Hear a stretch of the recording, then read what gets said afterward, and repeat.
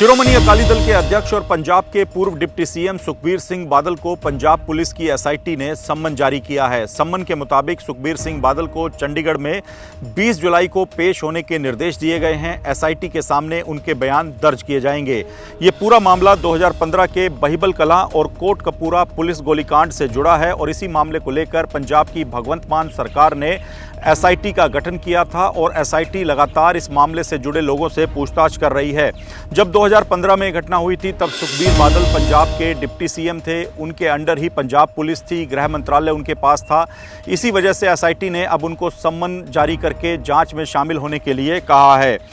इस पूरे मामले को लेकर पूर्व केंद्रीय मंत्री और पंजाब के सीनियर बीजेपी नेता विजय सापला के बयान भी एसआईटी के सामने दर्ज हो चुके हैं। विजय सापला ने एसआईटी को दिए अपने बयान में बताया है कि उस वक्त जो एक मेमोरेंडम राज्यपाल को दिया गया था उस पर उन्होंने अपने हस्ताक्षर होने से इनकार किया है। ये मेमोरेंडम बेअदबी मामलों के संबंध में सुखबीर बादल के साथ तत्कालीन राज्यपाल को सौंपा गया था। इसी विसंगति की कड़ियों को जोड़ने के लिए एसआईटी सुखबीर बादल से पूछताछ करना चाहती है। इससे पहले पंजाब के तत्कालीन मुख्यमंत्री प्रकाश सिंह बादल के ओएसडी रहे मनतार सिंह बराड़ से भी एसआईटी ने पूछताछ की है। मनतार सिंह बराड़ जो कि अकाली दल के विधायक भी रह चुके हैं, उन्होंने एसआईटी के सामने जो बयान दिया है उसमें उन्होंने कहा है कि प्रदर्शनकारियों पर कार्रवाई से ठीक पहले रात को मुख्यमंत्री जो कि उस वक्त प्रकाश सिंह बादल थे, गृह मंत्री और डिप्टी सीएम जो कि सुखबीर सिंह बादल थे और तत्कालीन डीजीपी सुमेध सैनी के बीच रात के वक्त लंबी बातचीत हुई थी और उसमें तय हुआ था कि जो प्रदर्शनकारी सड़कों पर बैठकर प्रदर्शन कर रहे हैं उस भीड़ को मौके से हटाया जाएगा। बहिबल कलां और कोटकपूरा में ये प्रदर्शन हो रहे थे। 2015 में श्री गुरु ग्रंथ साहिब की बेअदबी के मामले सामने आने के बाद प्रदर्शनकारी कोटकपूरा और बहिबल कलां में सड़कों पर बैठ गए थे और लगातार इंसाफ की मांग को लेकर प्रदर्शन कर रहे थे।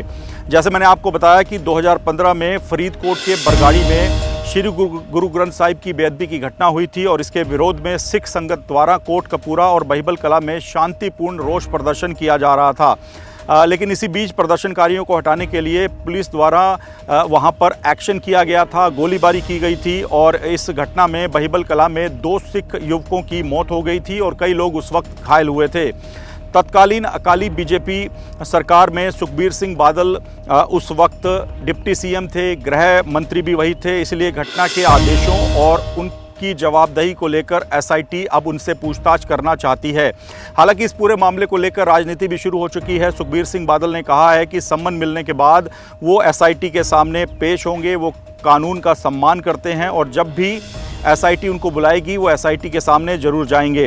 हालांकि उन्होंने आम आदमी पार्टी सरकार पर निशाना साधते हुए कहा है कि बेअदबी के मुद्दे पर सिर्फ राजनीति की जा रही है और ये एक राजनीतिक ड्रामा है। सिर्फ मीडिया में इस मामले को हाइप करने के लिए उन्हें ये सम्मन जारी किया गया है और न्याय दिलाना सरकार का मकसद नहीं है। सुखबीर सिंह बादल ने कहा कि 10 साल से इस मुद्दे को लेकर राजनीति हो रही है, लेकिन उस वक्त जब वो डिप्टी सीएम थे तो उन्होंने पूरी कोशिश की कि जो बेअदबी मामले के दोषी हैं उन पर कार्रवाई हो।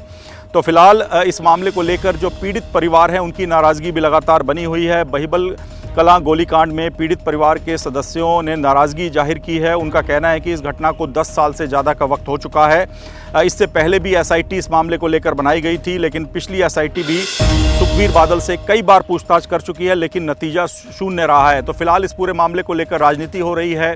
पंजाब सरकार का कहना है कि एसआईटी को फ्री हैंड दिया गया है, वो अपने तरीके से इस पूरे मामले की जाँच कर रही है। इस मामले के पीछे कोई राजनीति नहीं है।